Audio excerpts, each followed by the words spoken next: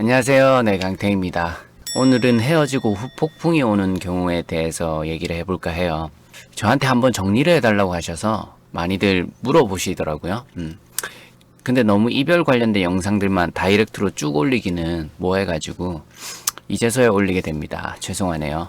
다들 상대방의 후폭풍에 대해서 굉장히 궁금해 하시던데 그만큼 재회를 원하시는 분들이 제 영상들을 많이 보셔서 그런 게 아닐까 싶어요. 첫 번째는 일단 여러분이 상대방의 후폭풍에 대해서 궁금해 하시기 전에 한 번쯤은 생각해 보셔야 할 게, 사람은 단편적인 기억들이 정말 중요하다는 걸 아셔야 해요.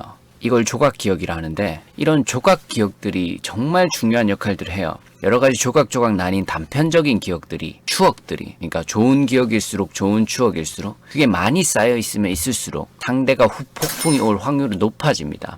훨씬 더 높아져요. 예를 들면 이런 거예요. 우리가 예전에 고등학교를 다닐 때를 한번 생각해 보자고요. 만약을 가정해서 별로 안 친했던 친구가 있다고 쳐요. 뭐 서로 대화도 별로 안 나눠봤지만 그 친구가 일단 공부를 잘해. 그리고 항상 뭘 해도 성실해요. 그리고 내 단편적인 기억에 다른 힘든 학생을 그 애가 도와주는 모습을 내가 몇 번 본 적이 있다고 칩시다. 이 사람을 여러분이 한 5년에서 뭐 10년 정도 지나가지고 비즈니스적인 뭐 일적인 관계로 만났다고 쳐요. 그리고 무엇인가 그 사람에게 일을 맡겨야 되는 상황이라면 어떨 것 같아요? 신뢰가 갈까요? 안 갈까요?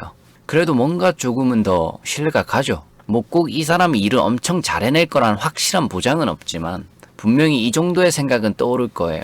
아, 얘는 예전에 고등학교 때 공부도 잘하고 굉장히 성실했었지. 그리고 학우들도 도와주고 착했었던 것 같은데 하면서 그 생각이 떠오를 거예요. 왜냐면 내 단편적인 기억엔 내 이미지가 좋게 남아있기 때문이에요. 그 상대방을 웬만하면 좋게 떠올립니다. 이런 거예요. 사람은 단편적인 기억들에 굉장히 영향을 크게 받습니다. 인간관계에선 특히요. 인맥 좋은 사람들의 가장 큰 특징 중 하나도 이거예요. 여러 사람들한테, 그러니까 단편적인 기억들이, 그 기억들이 좋은 이미지를 유지하고 있는 거죠. 여러 사람들한테요. 뭐 연애에서도 크게 다를 건 없어요. 예를 들어 뭐 상대를 질리게, 뭐 지치게 하는 요소가 나한테 있어서 헤어졌다고 해도 내가 그런 포지티브한 기억들을 많이 쌓아놨다면 그게 많으면 많을수록 상대가 후폭풍을 겪을 확률이 높아지는 건 실제로 사실이에요. 조금 더 구체적인 예를 들자면 집에 거의 항상 내가 데려다 줬다거나 같이 여러 곳을 다녀본 추억이 많다거나 내가 뭐 마사지 같은 걸 자주 해줬다거나 뭐 도시락을 자주 싸줬다거나 뭐 편지를 자주 써줬다거나 뭐 소소한 선물 같은 것들을 많이 해줬다거나 뭐 엄청나게 다양하게 있겠죠. 예를 들자면 끝이 없겠죠. 여튼 대부분은 좀 헌신적이고 이타적인 것들인데, 즉 받으면 기분이 좋아지는 것들 있죠. 이런 게 많을 때 보편적인 사람이라면 후폭풍이 생깁니다. 그렇지만 내가 굉장히 이기적으로 행동하고 매우 계산적으로 행동하고 누가 봐도 막장처럼 행동하고 내 감정만, 그러니까 내 서운한 것만 얘기하고, 그러니까 하나하나 손에 안 보려고 하는 게 상대의 눈에 비춰졌다면은, 그것 때문에 뭐 상대가 지친 거라면은 이건 본인이 아마 제일 잘 아실 거예요. 내가 연애할 때 어떻게 했는지. 이러면 사실 거의 기대를 하지 말아야 해요.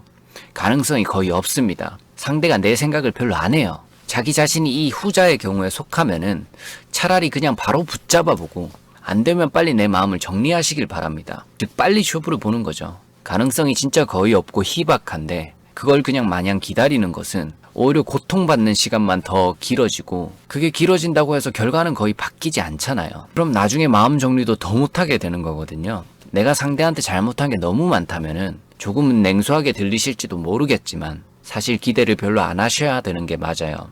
이런 거죠.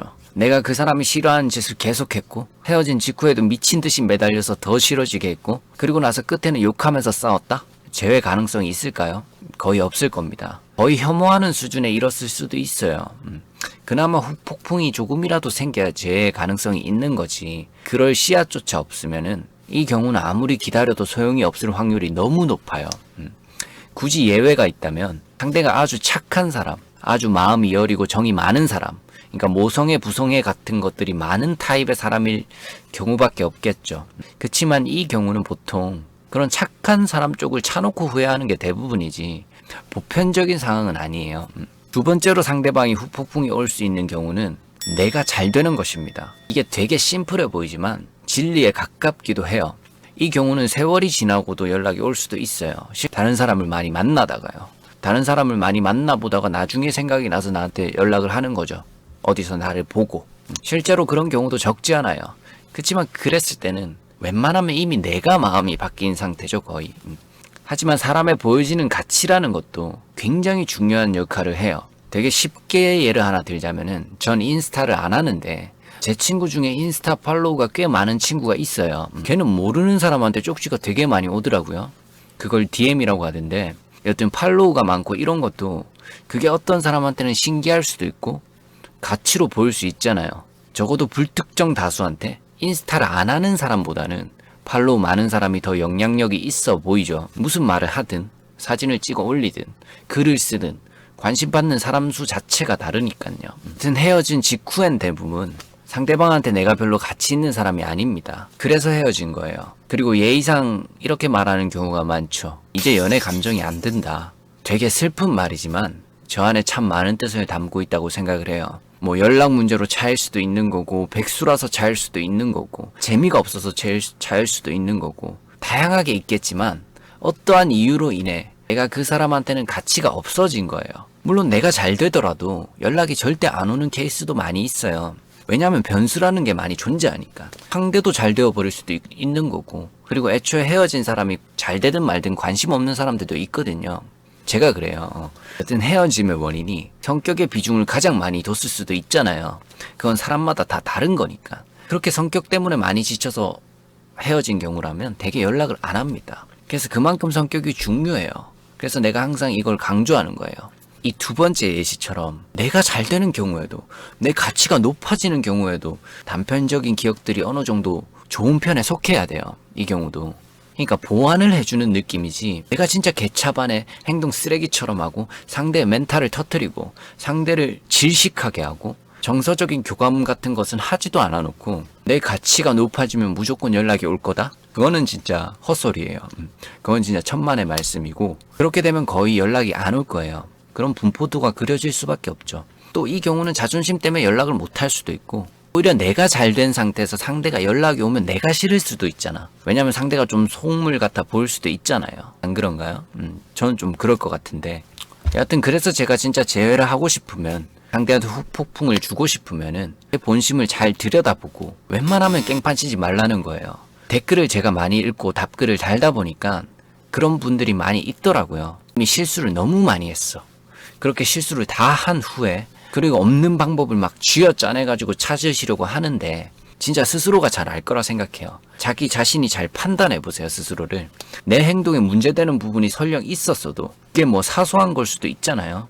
그게 얼마만큼 큰지를 내가 생각을 해보고 내가 그 외에 다른 장점들은 진짜 없었나? 이런 것들을 합리적으로 생각해보는 거죠. 그리고 가능성을 따져서 그나마 희망이라도 있겠다 싶으면은 그 생각이 조금이라도 든다면 연락 안 하고 참으시는 게 좋고 그게 아니고 내가 판단했을 때 희망이 너무 없어 보이면은 이게 거의 맞거든요. 그러면은 직감적인 판단이 거의 맞아요. 이별에 있어서는. 그럼 그냥 자존심 다 버리고 바로 붙잡아 보시고 어차피 기다려도 안 될 확률이 높으니까 빨리 쇼부를 보고 내 마음을 조금이라도 더 빨리 정리하는 것도 하나의 좋은 방법이 아닐까 싶어요.